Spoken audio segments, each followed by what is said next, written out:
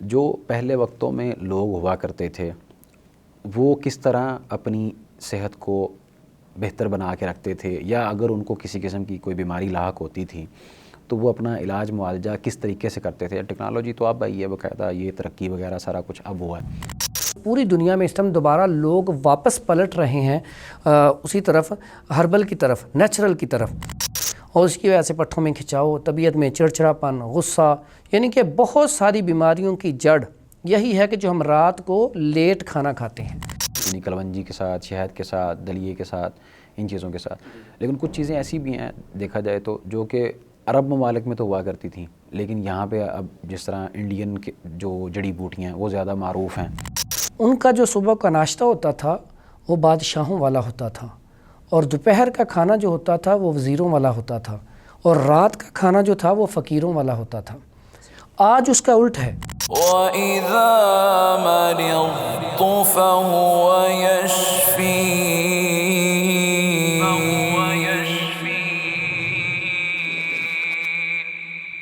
بسم اللہ الرحمن الرحیم۔ السلام علیکم ورحمۃ اللہ وبرکاتہ۔ ناظرین کرام، آج ہم جس سیریز کے ساتھ آپ کے سامنے حاضر ہوئے ہیں اس کا تعلق ہے طب و حکمت کے ساتھ۔ طب و حکمت کے اندر ہم یہ جانیں گے کہ انسان کو جب مختلف بیماریوں کا سامنا کرنا پڑتا ہے تو اس کے لیے اسلام نے اس کی کیا رہنمائی کی ہے، اور اللہ تبارک و تعالیٰ نے، رسول اللہ صلی اللہ علیہ وسلم نے شریعت کے اندر انسان کی ان بیماریوں کے حوالے سے ان کو کیا کیا تلقین کی ہے، اور اس کے علاج کے حوالے سے اسلام کا کیا موقف ہے کہ وہ علاج اختیار کرنا چاہیے یا نہیں کرنا چاہیے۔ اور انسان جب کسی بھی بیماری میں مبتلا ہوتا ہے تو اللہ تبارک و تعالیٰ نے اس بیماری سے نکلنے کے لیے انسان کو جو جو وسائل بتائے ہیں ان کے اوپر عمل کرنا اس کے لیے کتنا ضروری ہے۔ وہ جو ذرائع اختیار کرنے ہوتے ہیں یا کیے جاتے ہیں معاشرے کے اندر، چاہے وہ حکمت کے ساتھ تعلق رکھتے ہوں، اطباء کے ساتھ تعلق رکھتے ہوں، یا سائنس کے ساتھ تعلق رکھتے ہوں، میڈیکل ڈپارٹمنٹ کے ساتھ تعلق رکھتے ہوں، تو یہ چیزیں انسان کے لیے کتنی ضروری ہیں، اس حوالے سے اسلام ہماری کیا رہنمائی کرتا ہے۔ اور اس کے ساتھ ساتھ ہم یہ بھی جانیں گے کہ جب یہ ترقی نہیں تھی، جب یہ ٹیکنالوجیز نہیں تھیں، تو انسان جو ہے جب بیماریوں کا سامنا کرتا تھا تو اپنا علاج کن طریقوں سے کیا کرتا تھا، اور کس طرح وہ اپنی ان بیماریوں کو خود سے دور کرتا تھا، اپنی ان پریشانیوں کو خود سے دور کرتا تھا، اور سروائیو کرتا تھا معاشرے کے اندر، جنگلوں کے اندر یا دیگر مقامات پہ معاشرے میں وہ زندگی گزارتا تھا، گزر بسر کرتا تھا۔ حالانکہ ترقی نہیں تھی، حالانکہ جدید ٹیکنالوجی نہیں تھی، لیکن پھر بھی انسان مضبوط ہوتا تھا، کڑیل جوان ہوتا تھا۔ اس نے پہاڑ تراش دیے اور اس نے پتہ نہیں کیا کیا کچھ بنایا جس کے اوپر آج بھی سائنس دنگ رہ جاتی ہے کہ یہ کیسے ذہن تھے۔ اس حوالے سے ہم جاننے کی کوشش کریں گے۔ ہمارے ساتھ موجود ہیں پروفیسر حافظ حکیم فرحان حنیف صاحب سے، جن کے ہم بہت مشکور و ممنون ہیں کہ انہوں نے ہمارے لیے وقت نکالا۔ شیخ، کیسے مزاج ہیں آپ کے؟ جی الحمدللہ، اللہ تعالیٰ کا احسان ہے، شکر ہے، اور محدث میڈیا کا بہت شکریہ، انہوں نے مجھے دعوت دی، اللہ تعالیٰ ان کو جزائے خیر دے۔ حکیم صاحب، جو پہلا سوال ہے بنیادی طور پہ وہ آپ سے یہ ہے کہ قرآن و سنت کے اندر حکمت کے حوالے سے اللہ تبارک و تعالیٰ نے ہماری کیا رہنمائی کی ہے کہ ہم ان پر عمل پیرا ہو کر اپنی صحت کے حوالے سے محتاط رہیں اور اپنی حفاظت کریں، اپنے جسمانی لحاظ سے، دماغی لحاظ سے، مینٹلی لحاظ سے۔ تو اس حوالے سے جو اللہ تبارک و تعالیٰ نے، رسول اللہ صلی اللہ علیہ وسلم نے قرآن و سنت کے اندر ہماری کیا رہنمائی کی ہے؟ اور رب اشرح لی صدری ویسر لی امری واحلل عقدۃ من لسانی یفقہوا قولی رب زدنی علما۔ پہلے تو ہمارے جتنے بھی دوست احباب ہیں چینل کو دیکھنے والے، سب کو السلام علیکم ورحمۃ اللہ وبرکاتہ۔ دین ایک مکمل ضابطۂ حیات ہے۔ اللہ تعالیٰ قرآن مجید میں ہماری بڑی رہنمائی کرتے ہیں۔ اللہ تعالیٰ فرماتے ہیں کلوا واشربوا ولا تسرفوا، کھاؤ پیو لیکن اسراف نہ کرو، یعنی کہ کھاؤ پیو لیکن حد سے زیادہ کھانا نہ کھاؤ یا ایسی کوئی بھی چیز استعمال نہ کرو جس سے نقصان ہو۔ تو میں سمجھتا ہوں کہ آج کل جو معاشرے میں سب سے بڑا بگاڑ ہے وہ یہی ہے کہ ہم کھانے پینے میں احتیاط نہیں کرتے۔ بے شک۔ اس میں ایک محاورہ بڑا مشہور ہے کہ اکثر اوقات لوگ کھاتے ہیں آخری کھانا سمجھ کر، حالانکہ چاہیے تو یہ ہے کہ ہم کھانا کھائیں زندہ رہنے کے لیے۔ تو اس میں اگر آپ صحابہ کی زندگی دیکھیں تو وہ زیادہ کھانا نہیں کھاتے تھے. اگر آپ زیادہ کھانا کھائیں گے تو اس سے کند ذہن ہو جائے گا، نماز میں سستی، اگر آپ کاروبار کرتے ہیں اس میں سستی. تو یہاں پہ ہمارے پیارے نبی حضرت محمد صلی اللہ علیہ وآلہ وسلم نے بھی فرمایا ہے کہ کھانا جو ہے پیٹ بھر کر نہیں کھانا چاہیے. اس میں ایک اور حدیث کا مفہوم ہے کہ جب کھانا کھائیں تو آپ ایک حصہ کھانا، ایک حصہ پانی اور ایک حصہ جو ہے خالی چھوڑ دیں تاکہ نظام انہضام آپ کا بہتر ہو، ڈائجسٹو سسٹم جو ہے وہ آپ کا بہتر ہو جائے. تو اس میں ہمیں کرنا کیا چاہیے کہ سب سے پہلے تو ہمیں کھانے کی روٹین اچھی کرنی چاہیے. اگر ہم دیکھتے ہیں کہ پہلے جو تھے مسلمان جو تھے یا لوگ تھے بڑے طاقتور تھے، اس کی بنیادی وجہ کیا تھی؟ ان کا جو صبح کا ناشتہ ہوتا تھا وہ بادشاہوں والا ہوتا تھا، اور دوپہر کا کھانا جو ہوتا تھا وہ وزیروں والا ہوتا تھا، اور رات کا کھانا جو تھا وہ فقیروں والا ہوتا تھا. آج اس کا الٹ ہے. ہم صبح کا ناشتہ کرتے ہی نہیں ہیں، لیٹ اٹھتے ہیں. اس کے بعد دوپہر کا جو کھانا وہ ہمارا وزیروں والا ہوتا ہے، رات کو بادشاہوں والا کھانا کھاتے ہیں، زیادہ کھایا اور ساتھ ہی سو گئے. اس کا نقصان کیا ہوتا ہے؟ اور سب سے پہلا نقصان تو دائمی قبض کا مریض انسان ہو جاتا ہے. اور قبض کے حوالے سے آپ دیکھیں اس کو ام الامراض کہا گیا ہے، ساری بیماریوں کی جڑ ہے. جب قبض ہو جاتی ہے اس سے ہی آگے دل کے اٹیک کی طرف طبیعت چلی جاتی ہے، بواسیر کی طرف چلی جاتی ہے، اور اس کی وجہ سے پٹھوں میں کھچاؤ، طبیعت میں چڑچڑاپن، غصہ، یعنی کہ بہت ساری بیماریوں کی جڑ یہی ہے کہ جو ہم رات کو لیٹ کھانا کھاتے ہیں.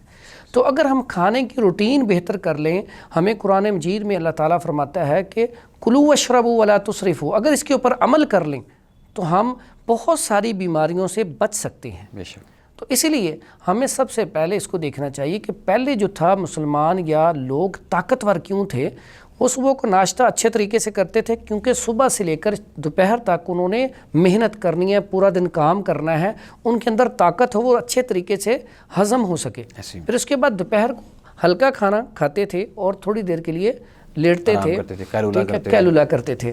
اس کے بعد رات کو ہلکا کھانا اس لیے کھاتے تھے کہ انہوں نے رات کو سونا ہوتا تھا. جب آپ سوئیں گے تو اس وقت کھانا آپ نے کم، ہاں جی صبح جلدی اٹھنا تھا. آج دیکھیں معاشرے میں جو لوگ 5 وقت نماز پڑھتے ہیں، تہجد پڑھتے ہیں، ان کا فٹنس لیول زیادہ اچھا ہے. آج بھی اگر ہم جائیں کسی گاؤں میں تو ان کے سسٹم یہی ہے کہ صبح نماز کے بعد کھانا کھانا ہے انہوں نے، اور اس کے بعد دوپہر ظہر کے فوراً بعد کھانا کھانا ہے، اور رات کا کھانا وہ مغرب کے بعد کھاتے ہیں، عشاء کی نماز کھانے کے بعد پڑھتے ہیں. بلکہ بعض تو میں آپ کی معذرت آپ کی بات کاٹ رہا ہوں، بعض ایسے بھی مشاہدے کیے ہیں کہ باقاعدہ بعض لوگ نماز نہیں پڑھتے فجر کی، لیکن وہ اس سے پہلے فصلوں کی طرف نکل چکے ہوتے ہیں جی اپنے بالکل کام کاج کے لیے. یعنی وہ خود نماز تو نہیں پڑھتے، بعض ہوتے ہیں ایسے لوگ، لیکن ان کی وہ جو روٹین بنی ہوئی ہے نا وہ بہترین اس طرح کی ہے کہ کڑیل جوان ہے، باقاعدہ ہل جوتنے والے، پہلے تو کرتے ہی اس طرح تھے، اب تو یہ مشینری وغیرہ آ چکی ہے، تو وہ باقاعدہ صبح صبح نکل جاتے ہیں تہجد کے وقت ہی. جی بالکل ایسا ہی ہے. یہ آپ نے زبردست مشاہدہ کیا، یہ زبردست ایسی ہی چیز ہے. میں کہتا ہوں جو ان چیزوں پہ عمل کر لے. آج میرے پاس پیشنٹ آتے ہیں بے اولادی کے، تو اس میں بہت بڑا یہ اس میں مسئلہ ہے، جو لوگ رات کو لیٹ کھانا کھاتے ہیں ان کے جراثیم ویک ہو جاتے ہیں، کمزوری آ جاتی ہے. اس کے اگینسٹ اگر دیکھیں آپ گاؤں کے لوگ، ان کے ماشاءاللہ اللہ تعالیٰ نے ان کو بچے بھی دیے ہوتے ہیں، فٹنس لیول بھی ان کا زیادہ دیر تک فٹ رہتے ہیں. اگر ہم چلے جائیں گاؤں میں تو ان کے ساتھ چلنا شروع کریں تو ہم ان کے ساتھ چل نہیں سکتے. سب سے پہلا کام کہ ہم رات کا کھانا جب لیٹ کھائیں گے تو آپ کو سانس چڑھے گا. تو آپ لاہور کے شہر میں یا کسی بھی بڑے شہر میں چلے جائیں، فاسٹ فوڈز، ینگس فوڈ یہ بہت زیادہ استعمال ہوتا ہے، تو یہ عمروں کو کم کر رہا ہے. آج دیکھیں 40 سال میں، 30 سال میں، 60 سال میں ہارٹ اٹیک ہو رہا ہے. اس کی بنیادی وجہ کیا ہے؟ اس کی بنیادی وجہ یہ ہے کہ کلاڈ پیدا ہو جاتے ہیں، خون گاڑھا ہو جاتا ہے، کولیسٹرول بڑھ جاتا ہے. اب کولیسٹرول جب آپ کا بڑھے گا، ٹرائیگلسرائڈ بڑھے گا، تو آپ کس طرف جائیں گے؟ یہ چربی کا لیول کیوں بڑھ جاتا ہے؟ اس کی بنیادی وجہ ہمارے youngs food, fast food, cold drink کا استعمال، ٹھنڈے پانی کا استعمال. تو آپ اگر دیکھیں تو گاؤں میں یہ چیزیں پہلے کم تھیں تو وہاں پہ بھی چلی گئی ہیں، لیکن جن جگہ پہ وہ جو ہے نا بزرگ آج بھی احتیاط کرتے ہیں، وہ فٹ ہیں ماشاءاللہ. ہاں، ایک تو ان میں سب سے پہلی جو بنیادی وجہ ہے نا وہ نیچرل چیزوں پہ عمل کرتے ہیں ان کے اوپر. بالکل. تو دوسری بات، رات کا کھانا وہ جتنا مرضی آپ انہیں کہہ لیں، انہوں نے مغرب کے بعد کھا لینا ہے، اس کے بعد وہ کوئی چیز نہیں کھاتے. تو جب لیٹتے ہیں اتنی دیر تک کافی حد تک کھانا ہضم ہو چکا ہوتا ہے. اسی طرح جو شروع میں نے بتایا تھا کہ حدیث سے ثابت ہے، تو اللہ کے نبی حضرت محمد صلی اللہ علیہ وسلم نے طریقہ سمجھایا کہ اللہ تعالیٰ کو قوی مومن پسند ہے. اب قوی کیسے ہو سکتا ہے؟ جس کی غذا کی ٹائمنگ ایک ہوگی، ٹائم سے کھانا کھائے گا، جس طرح حدیث میں ثابت ہے، فٹنس لیول کے لیے اچھا ہے، کھانا کھائے گا تو اس کے اندر طاقت آئے گی. اللہ تعالیٰ کو وہ مومن پسند ہے جو کافروں کے ساتھ بھی لڑے تو اس کے اندر طاقت ہو، نماز بھی پڑھے تو خشوع خضوع کے ساتھ پڑھے.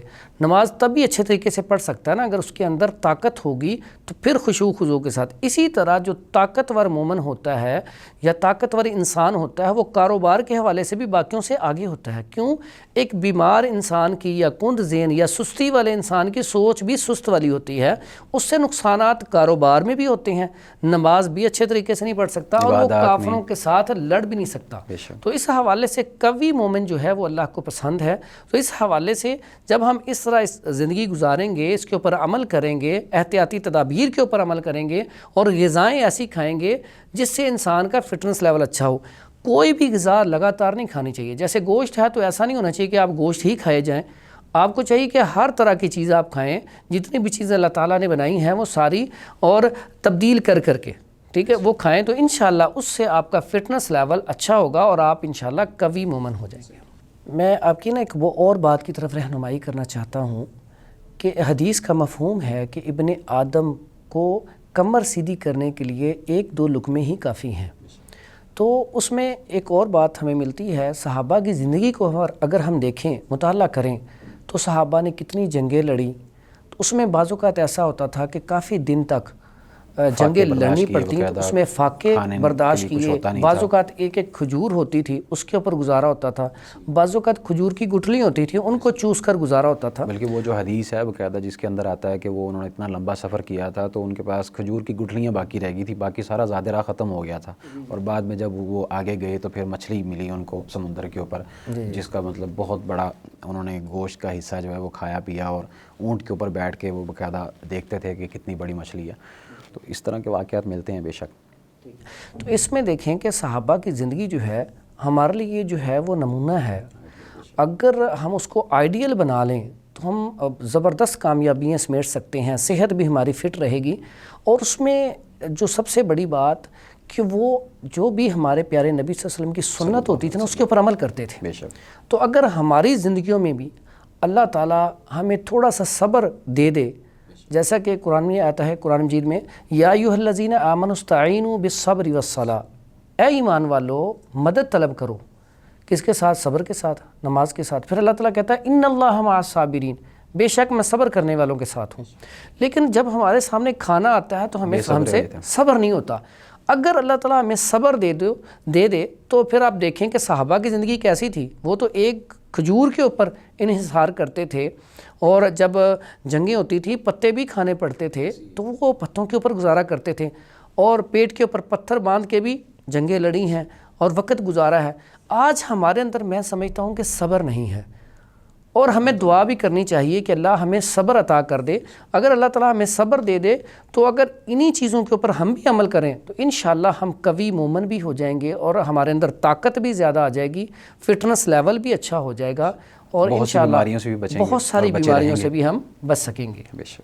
اچھا حکیم صاحب، ایک سوال بڑا اہم یہ ہے کہ پہلے وقتوں کے اندر، جس طرح آپ نے بھی اپنی گفتگو کے اندر یہ بات کی، جو پہلے وقتوں میں لوگ ہوا کرتے تھے وہ کس طرح اپنی صحت کو بہتر بنا کے رکھتے تھے، یا اگر ان کو کسی قسم کی کوئی بیماری لاحق ہوتی تھی تو وہ اپنا علاج معالجہ کس طریقے سے کرتے تھے. ٹیکنالوجی تو اب آئی ہے باقاعدہ، یہ ترقی وغیرہ سارا کچھ اب ہوا ہے. تو پہلے کیا اموات زیادہ ہوا کرتی تھیں یا کم ہی ہوا کرتی تھیں، یا ان کے پاس ایسے کیا جڑی بوٹیاں تھیں، یا ایسے کون سے سورسز تھے، وسائل تھے جن کے ذریعے سے وہ علاج اپنا کیا کرتے تھے. اور آج بھی اگر ہم دیکھیں تو چائنا کے اندر باقاعدہ جو قدیم علاج تھا اس کی طرف رجحان بڑھتا جا رہا ہے، یا بعض ممالک ایسے ہیں جن کے اندر جو قدیم علاج تھے ان کی طرف وہ واپس پلٹ رہے ہیں، یا پلٹتے ہیں اور دیکھتے ہیں کہ یہ چیز بڑی زیادہ فائدہ مند ہے. وہ الگ بات ہے کہ باقاعدہ وہ اس حساب سے جدید ٹیکنالوجی بھی تیار کر لیتے ہیں، لیکن بیس وہ ہے، اساس وہی ہے. تو وہ ایسے کون سے علاج تھے جن کے ذریعے وہ اپنی صحت کو بہتر رکھتے تھے، اور کن چیزوں کے ذریعے وہ اپنا علاج کرتے تھے؟ جی، یہ بڑا زبردست سوال آپ نے کیا ہے کہ پہلے بھی لوگ بیمار ہوتے تھے تو تب تو نہ یہ انجیکشن تھا، نہ یہ سسٹم تھا، ٹیکنالوجی تھی، تو وہ کیسے علاج کرتے تھے؟ ایک جگہ پہ میں نے پڑھا تھا کہ سب سے جو پہلی بیماری دنیا میں آئی حضرت آدم علیہ السلام کے بیٹے کو آئی، پیٹ کی بیماری۔ تو اس وقت جو پودا لگا ہوا تھا قریب وہ تھا اجوائن کا، تو انہوں نے وہ استعمال کی تو پیٹ کی بیماری جو ہے وہ ختم ہو گئی۔ اسی طرح اگر ہم آگے چلتے ہیں تو صحابہ کا جو دور تھا، ہمارے پیارے نبی صلی اللہ علیہ وسلم کا جو دور تھا، اس میں آپ دیکھیں دلیا جو سے علاج کیا جاتا تھا، خفقان قلب جس کی دل کی دھڑکن تیز ہو جاتی تھی یا گرمی ہو جاتی تھی، کمزوری ہو جاتی تھی، نکاہت ہو جاتی تھی، تو اللہ کے نبی نے فرمایا کہ تلبینہ بنا کے استعمال کرو، دلیا جو کا استعمال کرو۔ اسی طرح تلبینہ کسے کہیں گے؟ تلبینہ یہ دلیا جو ہی بیسیکلی تلبینہ ہے۔ جب اس کو آپ 40 سے 45 منٹ اس کو پکاتے ہیں پانی میں، اس کے بعد پکانے کے بعد پھر آپ اس میں کھجور ڈال دیں اور شہد ملا لیں، تو یہ آپ کا تلبینہ تیار ہو گیا، ٹھیک ہے، اور یہ کمال کی چیز ہے کمزوری کے لیے۔ اس کے بعد جو ہے کلونجی، کلونجی کے بارے میں بھی مفہوم ہے۔ ہمارے پیارے نبی صلی اللہ علیہ وسلم نے فرمایا کہ یہ حبۃ السودا جو ہے یہ سام، موت کے علاوہ ہر چیز کا علاج ہے، لیکن بس آپ کو اس کے طریقہ پتہ ہونا چاہیے کہ کس پیشنٹ کو دینی ہے۔ تو اس سے بہت سارے مریضوں کا علاج ہوا۔ دل کے لیے تو کمال کی چیز ہے، اگر آپ اس کا قہوہ بنا کے اس میں شہد ملا کے استعمال کریں تو دل کو تقویت دیتی ہے، کمزوری کو دور کرتی ہے۔ اسی طرح آپ پھر آ جاتے ہیں شہد کی طرف۔ شہد کے بارے میں ہمارے پیارے نبی صلی اللہ علیہ وآلہ وسلم نے فرمایا شہد جو ہے یہ بہت ساری بیماریوں کا علاج ہے، بہت ساری، اور یہ ساری چیزیں الحمدللہ میرے تجربے میں ہیں کہ اگر انسان کے اندر کمزوری نکاہت ہو تو آپ 1 گلاس پانی ٹھنڈا لے لیں، اس میں شہد ملا کے پی لیں، آپ فوراً آپ کے اندر طاقت آ جائے گی۔ ٹھنڈا پانی یا پھر بعض لوگ کہتے ہیں گرم پانی۔ ہاں، لیکن اس کے میں آپ کو ترتیب سمجھاتا ہوں۔ بعض اوقات انسان کے اندر تحلیل واقع ہو رہی ہوتی ہے تو وہاں پہ ہم ٹھنڈی چیز کھاتے ہیں تو وہ تحلیل رک جاتی ہے۔ بعض جگہ پہ تحلیل سردی ہوتی ہے تو وہاں پہ ہم کہتے ہیں عام روٹین میں جب سردیاں آتی ہیں تو انسان کو سردی اتنی لگتی ہے کہ جسم کانپنا شروع ہو جاتا ہے۔ آپ 1 گلاس گرم پانی لیں، اس میں 2 چمچ شہد ملا کے تو آپ استعمال کریں، 5 سے 6 منٹ کے اندر آپ کی کپاہٹ ختم ہو جائے گی، سردی ختم ہو جائے گی۔ اسی طرح شہد جو کمزور لوگ ہیں، جن کا جسم نہیں بڑھتا، دبلے ہیں، ان کو موٹا کرنے کے لیے آپ اس کو دودھ کے اندر شامل کر کے دیں تو یہ جسم کو فربا بھی کرتا ہے۔ بچوں کے لیے بھی مفید ہوتا ہے۔ بچوں کے لیے بڑی کمال، بچوں کے لیے تو اتنا مفید ہے کہ اب اگر ہم دیکھیں تو جب بچہ پیدا ہوتا ہے تو اسے سب سے پہلے جو گرتی دی جاتی ہے وہ شہد کی دی جاتی ہے۔ اسی طرح جب بچوں کو سردی لگ جائے تب بھی سب سے پہلے شہد ہی چٹایا جاتا ہے، ٹھیک ہے۔ اسی طرح شہد کو آپ اگر بچہ کا بیمار ہے، اگر اس کو سردی لگ گئی ہے تو 12 سنگا مل جاتا ہے، آپ وہ 12 سنگا لے کے شہد میں ملا کے استعمال کر لیں تو فوری طور پہ نمونیا ٹھیک ہو جاتا ہے۔ یعنی کہ اس کے بہت سارے فوائد ہیں۔ اس کے فوائد میں اگر الرجی آپ کو بہت زیادہ ہے تو آپ شہد کو پانی میں ملا کے استعمال کریں، 10 سے 15 دن میں آپ کی الرجی ختم ہو جائے گی، لیکن ٹھنڈے پانی میں۔ یعنی آپ کے کہنے کا مقصد ہے کہ زمانہ قدیم کے اندر اگر علاج ہوتا تھا تو وہ ان چیزوں سے بنیادی طور پہ ہوتا تھا، یعنی کلونجی کے ساتھ، شہد کے ساتھ، دلیے کے ساتھ، ان چیزوں کے ساتھ۔ لیکن کچھ چیزیں ایسی بھی ہیں دیکھا جائے تو جو کہ عرب ممالک میں تو ہوا کرتی تھیں، لیکن یہاں پہ اب جس طرح انڈین کے جو جڑی بوٹیاں ہیں وہ زیادہ معروف ہیں، یا ہمارے پاکستان کی بہت زیادہ معروف۔ جی، یہ بھی آپ کا سوال بڑا اچھا ہے۔ بہت ساری جو آج کل چونکہ ٹرانسپورٹ سسٹم ہے تو آپ کو ہر چیز ہر جگہ سے مل جاتی ہے، ایک بات۔ دوسرا جو آپ نے کہا جیسے عرب کنٹری ہے یا چائنا ہے تو وہاں پہ آپ دیکھیں کہ ہجامہ جو ہمارے پیارے نبی صلی اللہ علیہ وسلم کی سنت ہے تو یہ اسے آسمانی علاج بھی کہا جاتا ہے۔ آج دیکھیں تو چائنا میں سب سے زیادہ ہجامے کے اوپر فوکس کیا جاتا ہے اور نیچرل چیزوں کے اوپر۔ اگر ہم موازنہ کریں تو چائنا اس ٹائم بھی ٹاپ پہ ہے ہربل جو پروڈکٹ میں، اور چائنا ہے۔ پھر اسی طرح ہمارے اگر ہم نیٹ کو سرچ کریں تو پوری دنیا میں اس ٹائم دوبارہ لوگ واپس پلٹ رہے ہیں اسی طرف، ہربل کی طرف، نیچرل کی طرف۔ اور اگر پوری دنیا میں ہم دیکھیں تو زیادہ ممالک، شاید کوئی 10 سے 15 ممالک ہوں گے جن میں آپ میڈیکل دیکھیں گے زیادہ، نہیں تو زیادہ تر ممالک میں اب نیچرل چیزوں پہ ہی انحصار ہے۔ تو اس میں جو ہجامہ ہے، اللہ کے نبی حضرت محمد صلی اللہ علیہ وسلم کی ایک حدیث کا مفہوم ہے کہ اللہ کے نبی وہاں پہ فرماتے ہیں کہ علاج میں سب سے بہترین جو علاج ہے وہ شہد سے یا ہجامہ لگوانے سے یا آگ کے داغنے سے، لیکن اللہ کے نبی نے ہجامے کو پسند کیا۔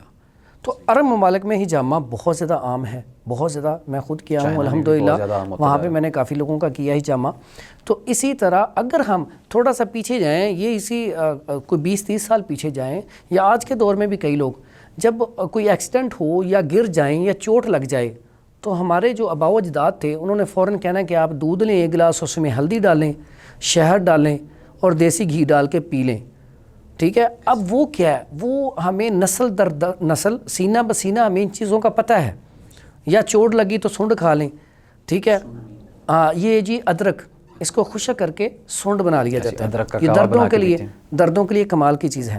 اسی طرح ہمارے اگر نسل در نسل دیکھیں ہیں تو آج بھی جسے ہم پنجیری کہتے ہیں عورتوں کو بنا کے دی جاتی ہے، جس سے عورت فٹ رہتی ہے. تو ہمارے لوگ پیدائش کے موقع پہ بھی دی جاتی ہیں. جی بالکل ایسا ہی ہے. اسی طرح السی کی پنیاں جو سردیوں میں کھائی جاتی ہیں، فٹنس لیول کے لیے کمال کی چیز ہے. مقصد یہ ہے کہ یہ جو چیز ہے یہ دلیے میں شامل ہوگی. ہاں جی، یعنی ان کا دلیا بنا کے دینا، سوجی کا باقاعدہ اس طرح کی چیزیں آپ سوجی کی وہ بنا کے دے دیں، پنجیری دال کی بنا کے دے دیں، بھنے چنے کی بنا کے دے دیں. یعنی یہ چیزیں طاقتور ہیں. دیسی گھی ہو گیا، یہ چیزیں جو ہوگی، بادام. اب پہلے لوگ نا اس طرح علاج کرتے تھے. آج میرے پاس نا بہت سارے جب لیڈیز پیشنٹ آتی ہیں نا کہ ہمارے بچہ آپریٹ سے ہوا ہے، تو وہاں پہ میں سمجھاتا ہوتا ہوں کہ آپ لوگ نا ایک تو ورکنگ زیادہ کریں، ٹھیک ہے. دوسرا وہ پھر آگے سے پہلا سوال یہ کرتے ہیں کہ پہلی خوراک تو بہت اچھی ہوتی تھی، دیسی گھی ہوتے تھے، اب یہ چیزیں نہیں ہوتی. تو میں پھر وہاں پہ ایک مثال دیتا ہوتا ہوں کہ ہمارے یہ جو جھگیوں والے ہیں یہ کہاں سے خوراک ڈھونڈ کے لے آتے ہیں. صرف کام ان کا یہ ہے کہ وہ چلتی بہت ہیں، پورا دن وہ مانگتی ہیں. وہ ورکنگ آخری دن بھی جس دن ڈلیوری کیس ہوتا ہے اس دن بھی وہ مانگنے کی ہوتی ہیں، وہاں سے آتی ہیں. اگر بڑے ہاسپٹلس کے اندر بھی بچے پیدا ہوتے ہیں، وہاں پہ بھی جب لیڈیز جاتی ہیں تو وہ باقاعدہ ایکسرسائز کرواتے ہیں، باقاعدہ انہوں نے ڈپارٹمنٹ بنائے ہوئے ہیں. یہ بالکل یہ آپ نے بات کی. اگر میں آپ کو چھوٹی سی مثال، آپ نے بات کی تھی چائنا کی. چائنا کیوں آگے ہے؟ چائنا میں آپ چلے جائیں 1 لاکھ میں سے بھی شاید 1 کیس آپ کو ملے جس کا آپریٹ ہو. اگر وہ بھی کیس آ جائے تو وہ اس کو پکڑ لیتے ہیں، یہ آپ کی کچھ نااہلی یا کچھ نہ کچھ آپ نے اس کو صحیح گائیڈ نہیں کیا، نارمل ڈلیوری کی طرف.